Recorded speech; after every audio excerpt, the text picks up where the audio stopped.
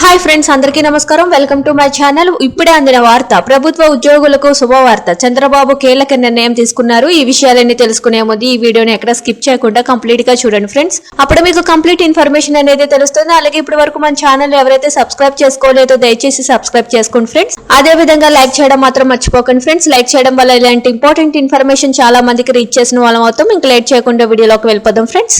ఏపీలో ఉద్యోగుల సాధారణ బదిలీల ప్రక్రియకు కూటమి సర్కార్ తెరలేపింది. ఈ నెల 19 నుంచి 31వ తేదీ ఎక్సైజ్ శాఖ మినహా మిగిలిన శాఖల్లో ఉద్యోగాల్ని బదిలీలు చేస్తున్నారు.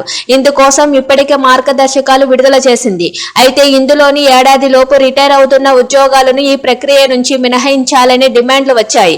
ఏడాది లోపు రిటైర్ అవుతున్న ఉద్యోగాలను కూడా బదిలీ చేయడం సరికాదని ఉద్యోగ సంఘాలు ప్రభుత్వం దృష్టికి తెచ్చాయి. దీంతో ప్రభుత్వం స్పందించి ఏడాది లోపు రిటైర్ అవుతున్న ఉద్యోగాలను బదిలీల నుంచి మినహాయిస్తూ ఈవేళ ఉత్తర్వులు జారీ చేశారు. ఈ విషయాన్ని అమరావతి జేఏసీ చైర్మన్ బొప్పరాజు వెంకటేశ్వర్లు వెల్లడించారు.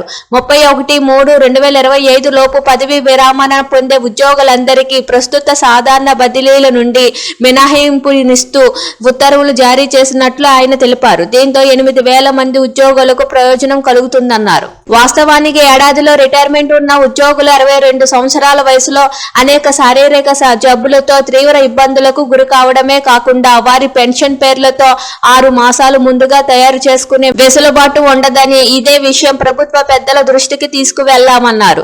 అలాగే గతంలో అనేక సార్లు ఇలా మినహాయింపులు ఇచ్చిన విషయం కూడా గుర్తు చేశారు. దీంతో ప్రభుత్వం వారి వినతికి స్పందించి ఏడాది లోపు రిటైర్మెంట్ ఉన్న ఉద్యోగాలను బదిలీల నుంచి మినహాయించినట్లు తెలిపారు. చూస్తున్నారు కదా ఫ్రెండ్స్, ఇలాంటి లేటెస్ట్ వీడియోస్ కోసం మన ఛానల్ ని లైక్ చేయండి, షేర్ చేయండి, సబ్స్క్రైబ్ చేసుకోండి. అలాగే బెల్ ఐకాన్ ని ప్రెస్ చేయండి. Thank you for watching.